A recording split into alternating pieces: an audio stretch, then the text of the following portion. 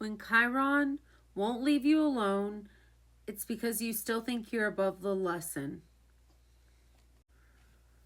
When we're talking about the chart of Donald Trump, right now he has Jupiter conjunct his sun.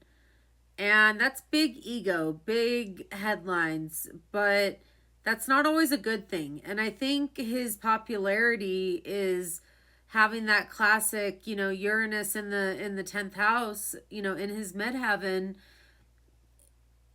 A lot of people said like, oh, he was going to win because he had Uranus in the 10th house. I personally think that's a crapshoot because it could be really good, but there could be reversals and it could be very, very, very, very, very bad and disastrous. With Uranus, even as astrologers, we don't really know what's going to happen. Uranus is a wild card. Like, you never really know what's going to happen with Uranus. It could be great. It could be expansive.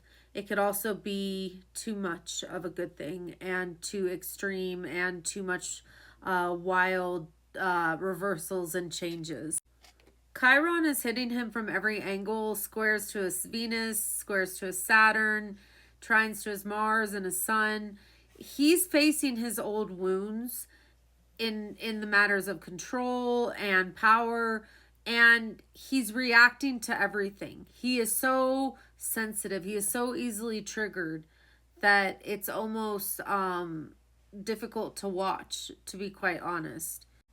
Uranus is shaking up his Mars energy and it's squaring it. So there's anger, there's volatility. He's lashing out at people. He's unpredictable. He's just not he's not in like a peaceful place energetically. He also has Venus opposing Chiron currently, so his image of like who he thinks he is kind of cracking at the seams. It's like it's he used to have so much power over people, money, women, and nowadays like those things that were so meaningful to him supposedly like don't like him anymore. So I think there's a pain around what was once so alluring. With the moon opposing Pluto, anytime we have Pluto involved, we know that it's going to be a little bit scary. It's going to be a little bit more frightening. Moon opposing Pluto, he wants power so badly, and he'll do whatever it takes to emotionally get that energy. And then he has Jupiter sextiling his Mars, so it's giving him a little bit of energy. It's like one foot on the gas, one foot on the brake. So I could see him doing something very irresponsible and loud soon.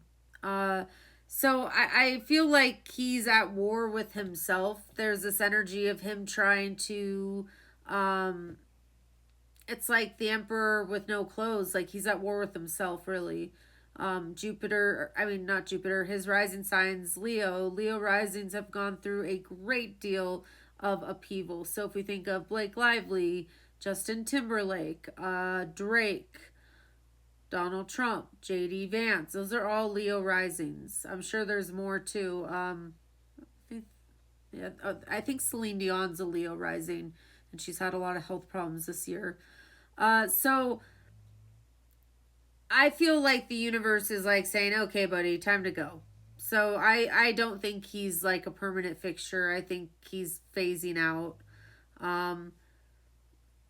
But I don't think he goes out without a fight. So I'm not really, I'm not in the business of predicting that sort of thing, but I feel like it's almost like time's up is what I'm getting. He has a lot of difficult transits that are hitting his chart, and like I've talked about before in other videos, he has Saturn in the 12th house natally, and that means you have enemies lurking. Those are your hard-learned lessons, are the people that you think you can trust, that you think are your friends, and they're not your friends, so there is this energy of, with Pluto in the 12th house, or with Saturn in the 12th house, that his toughest discipline and lessons are coming from him learning to not trust everyone, not tell his secrets to everyone, because I feel like people start telling on him. I feel like they start ratting on him one by one, And I think that's going to happen as we get closer to later summer. But he is in big trouble and he knows it. And he's going to try to intimidate and scare. And I think it's important that you don't comply, you know, whatever that means for you. So be safe, you guys. I hope this helps. I think things get worse for him. I don't think things go well for people that do bad things like this. So keep the faith and stay tuned. I will post more about his chart. But, you know, Donald Trump came in for a reason. I had a friend who got like super into this weird cult situation. If you guys want me to tell you a story about it, comment about it and I will. It's a pretty funny story. I went to one of the events, but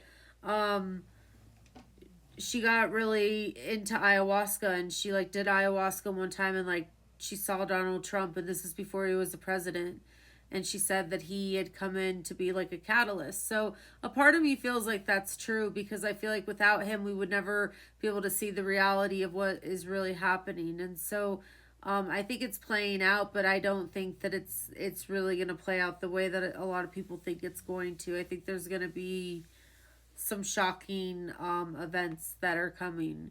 And so it's good to make sure that you're prepared and paying attention to what's going on. You know, I don't know. I don't know what the best advice is, because for me, my mindset is I'm not going to shut up. I'm not going to stop talking because it's uncomfortable. So, you know. But thank you so much. I hope you all have a great day, and thank you for listening. And if you have any questions about Trump or anything like that, go ahead and post it. Thanks.